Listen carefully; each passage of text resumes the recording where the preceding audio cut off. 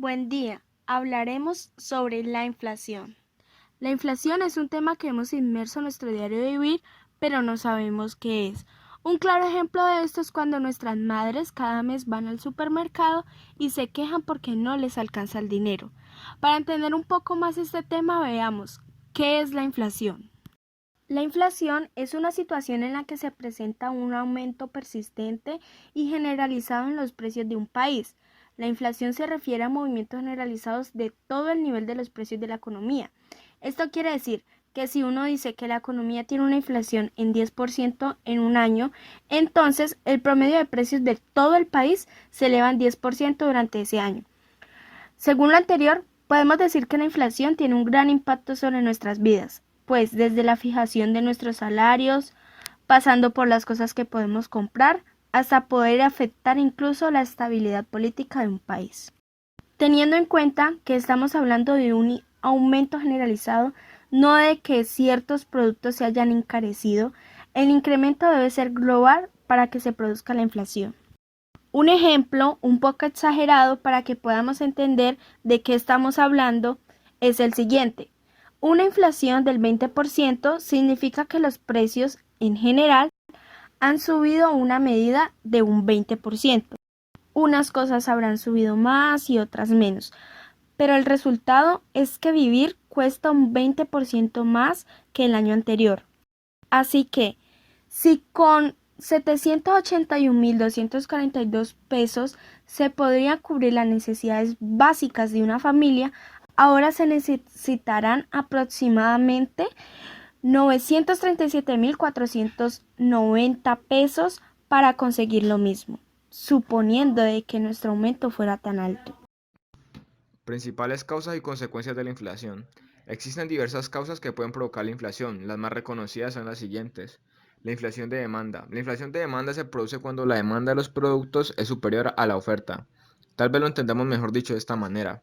No hay producción suficiente para satisfacer todas las intenciones de compra, por lo que los precios suben. La inflación de costos. Si suben los costos de la producción de las empresas, subirán los precios de venta de sus productos para poder asumirlos. La inflación autoconstruida.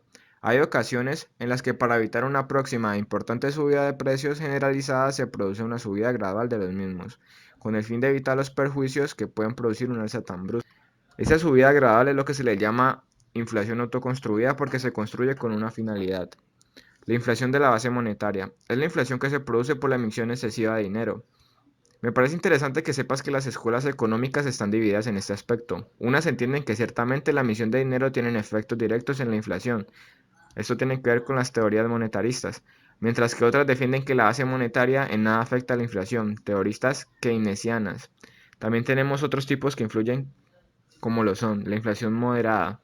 Se produce cuando la subida de los precios tiene lugar de forma lenta, el porcentaje de lo que expresa es bajo. La inflación galopante. Esta alcanza los 2 o incluso los 3 dígitos, entre los 30%, 50% y 110%. Una pérdida tan grande del poder adquisitivo hace que la situación se vea muy volátil, porque el dinero pierde valor rápidamente. Las consecuencias de la inflación. La principal consecuencia de la inflación es la pérdida del poder adquisitivo, lo que quiere decir que con la misma cantidad de dinero se pueden adquirir menos bienes y servicios, porque su precio ha subido. Los principales efectos de la inflación son: subida de precios que supone una pérdida de poder adquisitivo, se genera una incertidumbre que provoca una importante disminución de la inversión a medio y largo plazo. Aumentan las inversiones financieras especulativas, lo cual desestabiliza aún más la situación. La población tiene que acaparar por la población tiende a acaparar por la preocupación de que los precios sigan subiendo. La inflación es regresiva, porque su impacto negativo afecta más a quienes poseen menos recursos económicos por no contar con elementos que les sirvan para paliarlo. Quienes tienen deudas que pagar se benefician frente a quienes las tienen que cobrar, que se perjudican lógicamente, porque la cantidad de devolverse es la misma mientras que el dinero vale menos. Soluciones contra la inflación. Las medidas que se pueden adoptar para paliar la inflación, es decir, disminuirla o soportarla, van encaminadas fundamentalmente a frenar el consumo como forma de recuperar el valor que ha perdido el dinero. Las soluciones que podemos adoptar son: aumentar los tipos de interés. De esta manera se reduce el crédito y se ven mermadas las posibilidades de realizar gastos e inversiones. Reducir la masa monetaria, porque al haber menos moneda en circulación, menos oferta de dinero, aumenta su valor.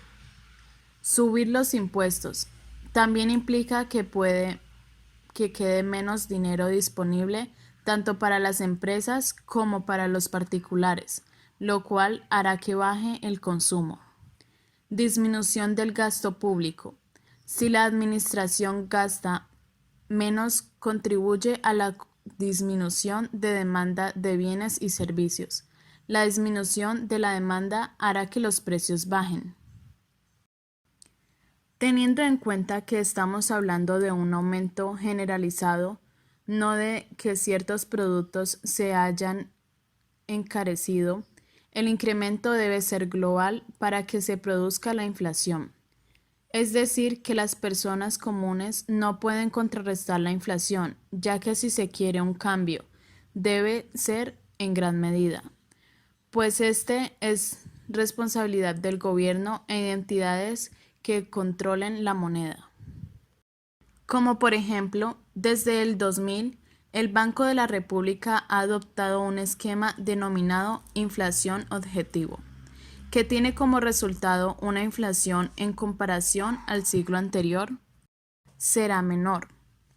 En este esquema, el banco fija una meta de inflación contenida en un rango de valores hacia el cual debería orientarse el crecimiento de los precios, cuya principal función es mantener controladas las expectativas de los agentes económicos sobre cuál será el comportamiento futuro de esos precios. De este modo, exige que los anuncios del banco tengan credibilidad entre los agentes económicos y permite que la inflación se mantenga baja y que la economía crezca a un ritmo consistente con su potencial de largo plazo. Cuando se estime que la inflación podría superar la meta propuesta, el banco debe actuar para reducirla. Si ese aumento de precios es generado por un exceso de demanda, lo lógico es moderarla.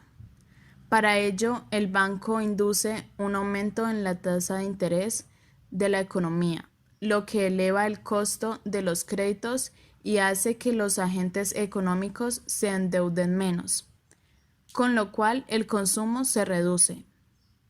Además, si el sistema financiero eleva los intereses que ofrece a sus clientes, estos preferirán ahorrar sus excedentes de recursos en lugar de gastarlos.